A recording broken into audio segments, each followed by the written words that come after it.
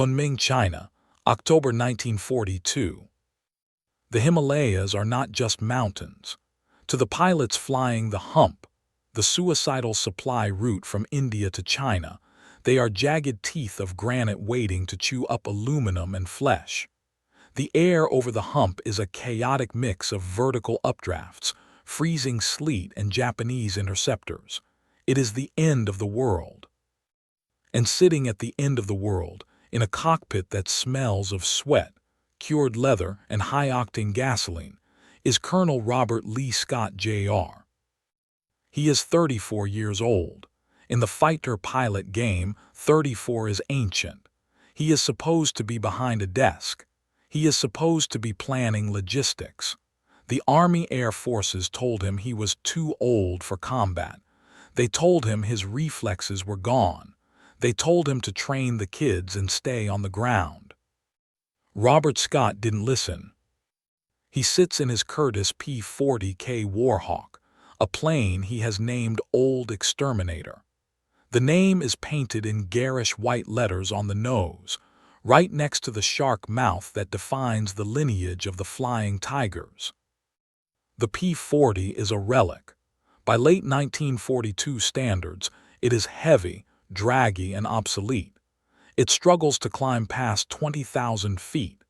Its Allison V1710 engine lacks the two-stage supercharger of the Mustang or the Thunderbolt. It wheezes in the thin air of the Himalayas. But Scott loves it. He loves it because it is honest. It weighs 9,000 pounds. It carries 6.50 caliber M2 Browning machine guns in the wings. It has armor plate behind the seat that can stop a 7.7 bullet. It is a flying tank in a war of paper kites. Scott is a man of deep contradictions. He is a killer who carries a Bible. He is a warrior who speaks of the spiritual ecstasy of flight. He famously told a reporter when asked how he survived the suicide missions over Burma, "I'm not alone up there. God is my co-pilot." It was a soundbite that would become a book, a movie, and a legend. But right now, it is just a prayer in the back of his mind as he watches the warning flags go up on the airfield. The phrase, "God is my co-pilot," became a cliché, but the man who said it lived a life of terrifying danger that was anything but cliché. We are about to fly the mission that defined the air war in China, a solo crusade against an entire Japanese bomber fleet. If you want to understand the physics of a P-40 pushed beyond its limit and the mind of a pilot who refused to retire, hit that like button and subscribe. The warning siren is wailing. Let's scramble. The Chinese Air Raid Warning Network is a marvel of low-tech ingenuity.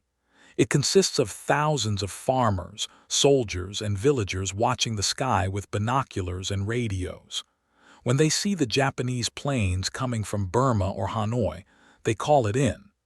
The reports move from village to village. Jingbao, air raid warnings tracking the enemy like a storm front. Today, the report is terrifying. "Heavy raid," the intelligence officer shouts, running to Scott's plane. Bombers, Sallies and Bettas, escorted by Zeros, 40+. Scott looks at the sky. It is a deep, piercing blue, the kind of blue that hides predators. He looks at his flight line. The 23rd Fighter Group is ragged. They are short on fuel. They are short on parts. Many of the P-40s are grounded with blown gaskets or shot-out hydraulics. "Scramble everything that runs," Scott orders. He presses the starter toggle. The inertia starter winds up, a high-pitched whine that builds to a scream. He engages the clutch. The Allison engine coughs, belches blue smoke, and roars to life. The vibration shakes the entire airframe. Scott taxis out. The P-40 bounces on the rough dirt strip. He pushes the throttle forward. The torque of the V-12 tries to pull the plane to the left. He stomps on the right rudder to keep it straight. Old Exterminator claws into the air. Scott is not alone, but he might as well be. He has a handful of wingmen, Tex Hill, maybe Ajax Baumler, but in the chaos of the climb, formations disintegrate. The P-40 climbs slowly. It is a struggle against gravity. He needs altitude. Altitude is potential energy. Altitude is life. He pushes the nose up, watching the manifold pressure. He has to baby the engine. If he overheats it now, he will blow a cylinder head before he even sees the enemy. 10,000 feet. The air cools. The humidity of the jungle below fades. 15,000 feet. He puts on his oxygen mask. The rubber smells of talcum powder. 20,000 feet. The P-40 feels sluggish. The controls are mushy. The air is too thin for the wing design. Then he sees them. It is a sight that would freeze the blood of a lesser man. A massive formation of Kawasaki Ki-48 Lily bombers and Mitsubishi Ki-21 Sallies. They are flying in a tight V formation, their defensive guns bristling. And swarming above them, like gnats around a rotting fruit, are the fighters. Nakajima Ki-43 Oscars. The Americans call them Zeros, but they are Army fighters, lighter and more agile than the Navy Zero. There are dozens of them. Scott is above them. He has won the first battle, the battle for position. He has the high perch. He checks his guns. He flips the arming switches. He turns on the illuminated reticle of his gun sight. He does the math. 1 P-40, 6 guns, 15 seconds of ammunition versus 40 enemy aircraft. Scott feels the fear. It is a cold knot in his stomach, but he pushes it down. He replaces it with the cold logic of the engineer and the hot zeal of the crusader. "Lord," he whispers into the mask, "if you're riding with me, hold on tight." He pushes the stick forward. The P-40 noses over. Gravity joins hands with horsepower.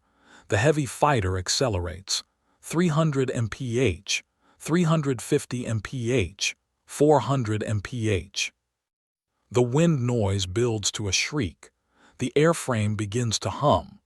This is the P-40's domain. It falls like a brick, and in a dive it is faster than anything the Japanese have. Scott targets the lead bomber. He wants to cut the head off the snake.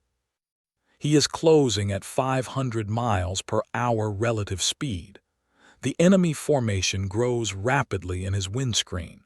He can see the glass nose of the lead bomber.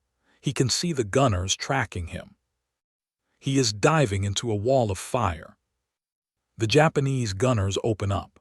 Tracers float up toward him, lazy arcs of light that snap past his canopy at supersonic speeds. Scott ignores them.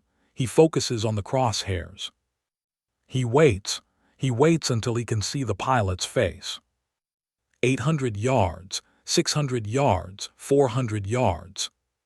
Now! He squeezes the trigger. The P-40 shudders as 6 heavy machine guns erupt. The recoil slows the plane by a fraction of a mile per hour. The stream of incendiary bullets slams into the lead bomber. 22,000 feet over Yunnan province. The impact of 6.50 caliber machine guns is not subtle. It is a kinetic event. Each bullet weighs 45 grams and is traveling at 2,900 feet per second. When they strike the unarmored wing root of the Japanese bomber, they don't just poke holes, they tear the structure apart. Scott watches as his tracers saw through the main spar of the lead Ki-21 Sally. The bomber's right wing folds upward, then shears off completely. The fuselage rolls violently to the right, vomiting fuel and fire. It drops out of the formation like a stone, taking its crew of 5 down to the harsh Chinese rocks below. "Splash one," Scott grunts. But he has no time to celebrate. He is screaming through the bomber formation at 450 mph. He passes so close to the other bombers that he feels the thump of their wake turbulence. Now comes the hard part, the recovery. Scott bottoms out his dive at 18,000 feet. The G-forces crush him into the seat as he pulls back on the stick. His vision grays out, the tunnel vision of a pilot on the edge of consciousness. His G-suit inflates, squeezing his legs to keep the blood in his brain. He zooms back up. He is trading his massive kinetic energy back into altitude. He wants to get back to the perch. But the escort fighters are awake now. 4 Ki-43 Oscars dive on him. The Oscar is a terrifying opponent for a P-40. It weighs half as much as the American plane. It has butterfly flaps that allow it to turn on a dime. It can loop inside the P-40's turning radius easily. If Scott tries to turn with them, he is dead. Scott looks in his mirror. The Oscars are agile, but they are light. They cannot dive as fast as the heavy P-40, but because Scott is climbing, bleeding off his speed to regain altitude, they are catching him. Tracers zip past his wing, thump. Bullets hit the tail, the P-40 shudders. Scott realizes he can't make it back to the high perch. The Oscars have the angle. If he keeps climbing, he will slow down enough for them to chew him up. He has to change the equation. He remembers the P-40's strength, roll rate. The P-40 has hydraulic-boosted ailerons or highly effective mechanical leverage. At high speeds, above 300 mph, it rolls faster than the Oscar. The Oscar's controls stiffen at high speed. The pilot has to fight the stick. Scott pushes the nose down again, abandoning the climb. He enters a shallow dive to keep his speed up. The Oscars follow. Scott waits until they are close. Then he slams the stick hard to the left. The P-40 snaps into a roll. Scott reverses it immediately, rolling right, then left again. He is scissoring. He is forcing the Japanese pilots to react to his direction changes. Because their controls are stiff at this speed, they lag behind. They can't roll fast enough to keep their guns on him. Scott watches them in the mirror. They are struggling. He sees an opportunity. One of the Oscars tries to anticipate his roll. The Japanese pilot turns too hard and bleeds off his speed. He pops up, momentarily hanging in the air. Scott executes a high G barrel roll. He pulls the stick back and rolls over the top of the pursuing fighter. Because the P-40 retains its energy better, Scott slides over the Oscar and drops down behind it. It is a classic overshoot. The hunter has become the hunted. Scott is now on the tail of the Oscar. He is close, 200 yards. The Japanese pilot realizes his mistake. He tries to turn tight to shake Scott. But Scott is ready. He anticipates the turn. He pulls lead. He fires. The .50 caliber rounds tear into the Oscar. The Japanese plane has no self-sealing fuel tanks. It has no armor plate. It is a Zippo lighter with wings. The fuel tank behind the pilot ignites. The Oscar turns into a fireball. Scott whispers. But there are still dozens of them, and he is now alone at medium altitude, surrounded by enemies. He looks around. The sky is full of turning planes. His wingmen are engaged elsewhere. He sees a P-40 spinning down in flames. He sees a Japanese bomber trailing smoke. He is in the furball. This is where the P-40 dies. In a swirling dogfight, the P-40 is a brick. It needs to keep moving. Scott spots a flight of 3 Oscars circling, looking for a target. They spot him. They bank toward him. Scott knows he can't run this time. He is too low to dive away effectively. He has to fight. He charges them head on. It is a game of chicken.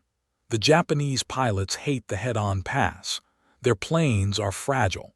A single .50 caliber hit to the engine block will destroy them. The P-40, on the other hand, has a massive liquid-cooled engine, radiators, and armor plate protecting the pilot. It is built for a collision. Scott lines up the lead Oscar. He holds the trigger. The Japanese pilot sees the muzzle flashes from the P-40's wings. He flinches. He brakes right. Scott shifts his aim to the wingman. The wingman holds his nerve. He fires back. Bang! A 12.7 explosive round hits Scott's windshield. The armored glass shatters but holds. It crazes, turning opaque like a spiderweb. Scott can't see forward. He is blind. He is flying a 400 mph fighter plane in the middle of a dogfight, and his forward view is gone. Panic flares. He wants to bail out. He reaches for the canopy crank. Then he stops. God is my co-pilot, he thinks. Well, you better have the stick because I can't see a damn thing. He looks out the side panels. He can see the horizon. He can see the ground. He kicks the rudder, yawing the plane so he can see forward through the side glass. It is like driving a car with a muddy windshield by looking out the side window. He sees the Oscar that hit him. It is turning back for the kill. Scott decides to do something insane. He decides to use the P-40's weight as a weapon. He pulls the throttle back. He drops the combat flaps. The P-40 slows down rapidly. It becomes a brick. The Japanese pilot, expecting the American to run, is closing fast. He overshoots. He flies right past Scott's nose. Scott slams the throttle forward. He retracts the flaps. He is now behind the Japanese pilot. He can't use the gun sight. He can't see through the front glass. He has to aim by instinct. He has to aim by using the tracers as a guide, looking out the side to judge the angle. He walks the rudder, spraying bullets in a wide arc. He sees pieces fly off the Oscar. The Japanese plane rolls inverted and dives into the jungle. 3, Scott says. His voice is shaking. His engine is running rough. The temperature gauge is in the red. He has holes in his wings. His windshield is shattered. And he has no ammo left. He checks the counters, empty. He is defenseless. And there is still one Japanese fighter on his tail. 15,000 feet over the Salween River gorge. The silence of empty guns is the loudest sound a fighter pilot can hear.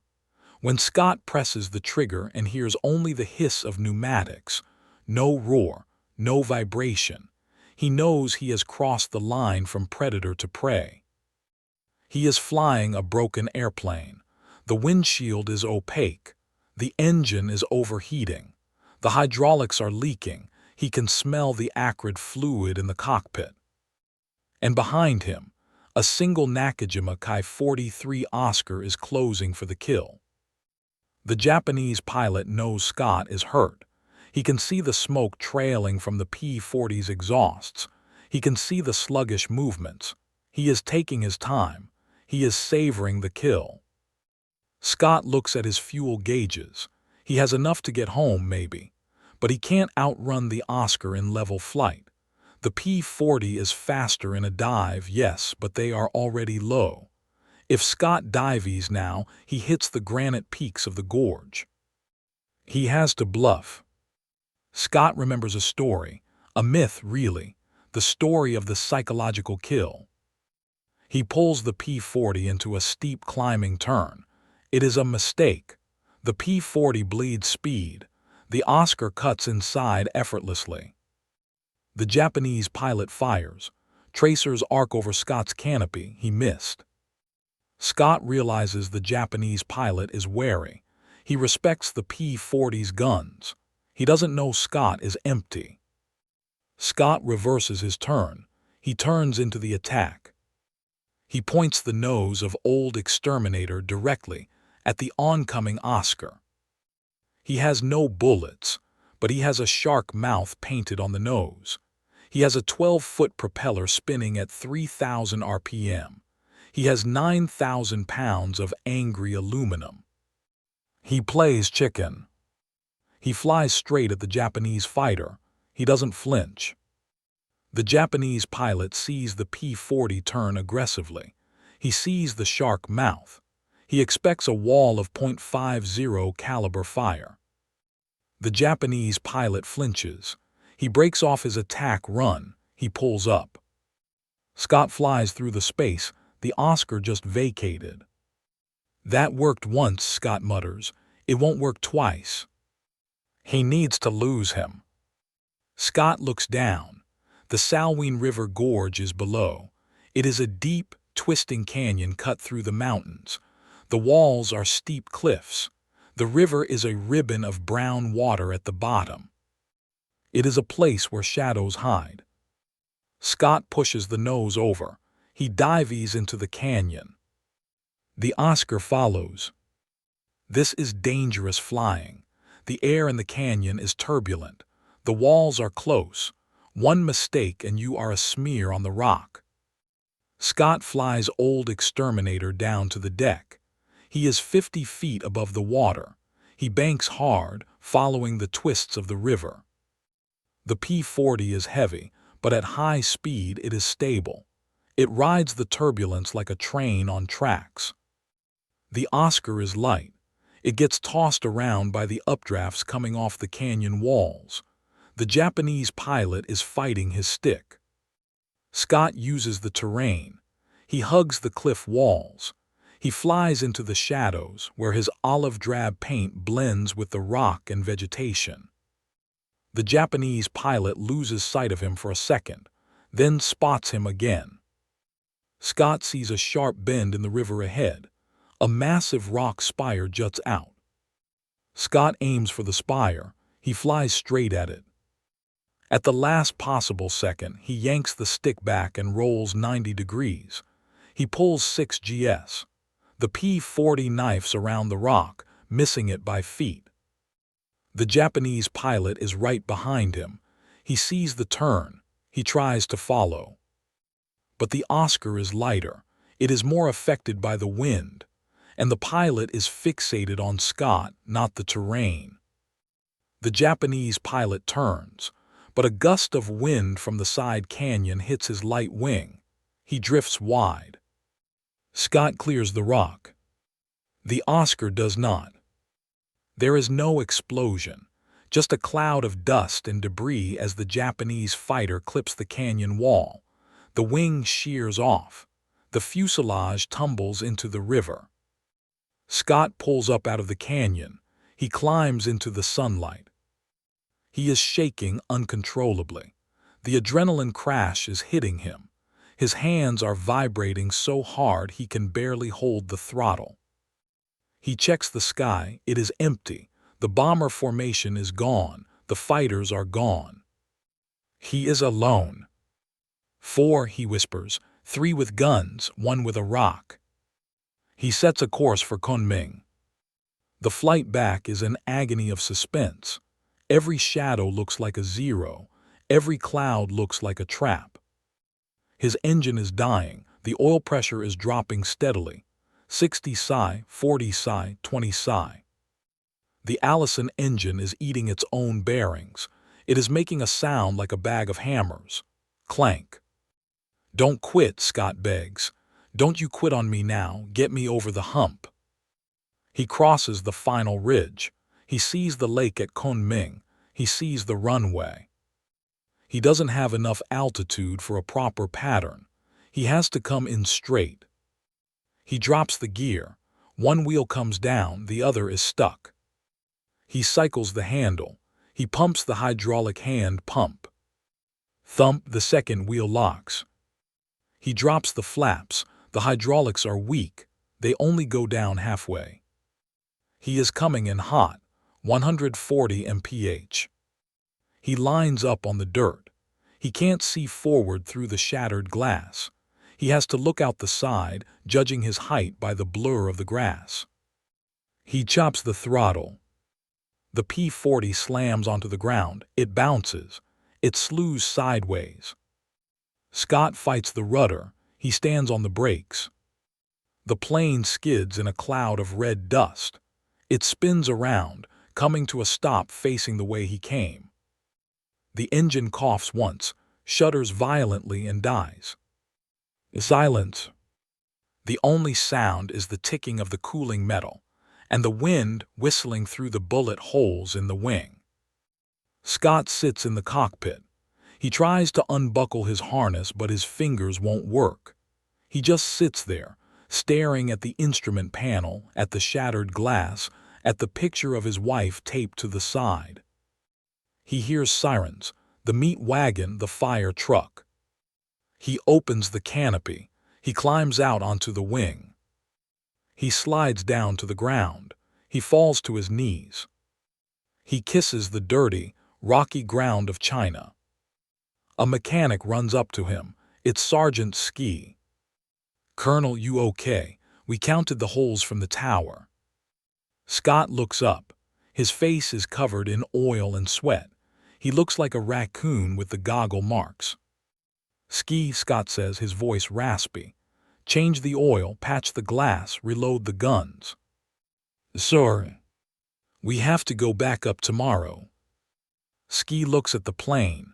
He looks at the shredded tail. He looks at the oil bleeding from the cowling. "Sir, this plane is scrap. The main spar is twisted. The engine is seized." Scott pats the nose of old Exterminator. "She got me home," Scott says. "She did her job." The debriefing room, Kunming. Robert Scott sits on a wooden crate, holding a mug of coffee that is shaking in his hands. The intelligence officer, Captain Chenault, son of the general, is writing on a clipboard. "4 confirmed?" Chenault asks. "4," Scott says. "3 Oscars, 1 Sally." "And the 5th?" "Terrain kill," Scott says. "Put it down as a maneuvering kill or an act of God, take your pick." The room is silent. The other pilots, the young ones, the ones Scott was supposed to be too old to lead, are staring at him. They look at him not as an old man but as a force of nature. They realize that the phrase, "God is my co-pilot," isn't just a catchy slogan. For Scott, it is a literal operational doctrine. It represents the fatalism required to fly a P-40 against 40 Japanese planes and expect to survive. Scott survives the war. In fact, he becomes one of the most famous pilots in American history. He writes the book God is My Co-Pilot in 3 days while recovering from dysentery and exhaustion. It becomes a bestseller. It becomes a movie. But the legend of Robert Scott is not just about the book. It is about the transition of air combat. Scott was a bridge. He was a bridge between the romantic era of WWII dogfighting, where individual skill and chivalry mattered, and the industrial slaughter of WWII, where machines and physics dominated. He flew the P-40, a plane that was technically inferior to almost everything it fought.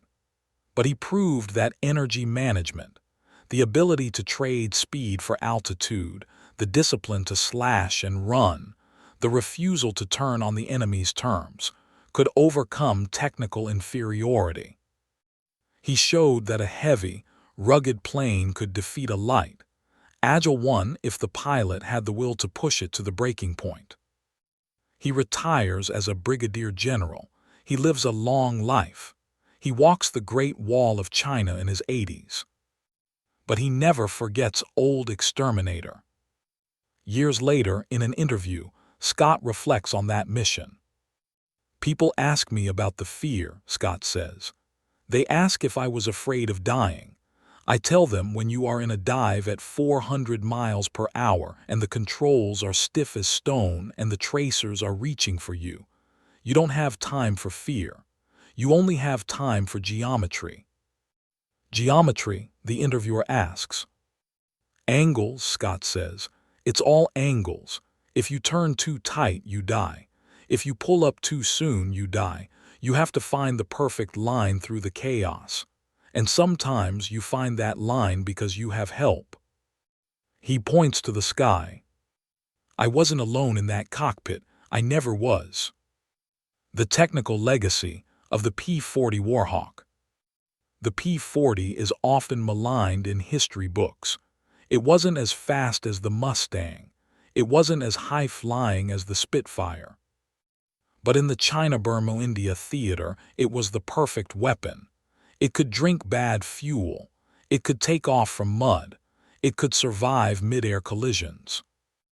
And it had the M2 Browning .50 caliber machine gun. Scott's mission proved the dominance of the Big 50. The Japanese Oscars were armed with 2 light machine guns, usually one 7.7 and one 12.7. They had to hit the pilot or the engine to kill a P-40. Scott's guns could tear a wing off. They could ignite fuel from 600 yards. They allowed him to kill from outside the Japanese effective range. It was a victory of American industrial might. Heavy metal, heavy firepower, heavy armor, over the Japanese philosophy of lightness and agility. The final flight. In 1980, Robert Scott is invited to fly an F-16 Fighting Falcon. He is an old man, but he climbs into the jet. He takes the stick. He pulls 9GS. He doesn't black out. The instructor pilot is amazed. "General, how do you do that?" Scott smiles. He looks at the digital HUD, the fly-by-wire controls, the radar. "It's easy," Scott says. "This plane does the work for you.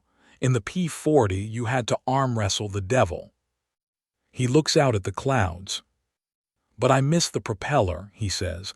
"I miss looking through the disc. I miss the oil on the windshield. That was flying. This is just operating a computer." He lands the jet. He walks away. Robert Lee Scott Jr. dies in 2006 at the age of 97.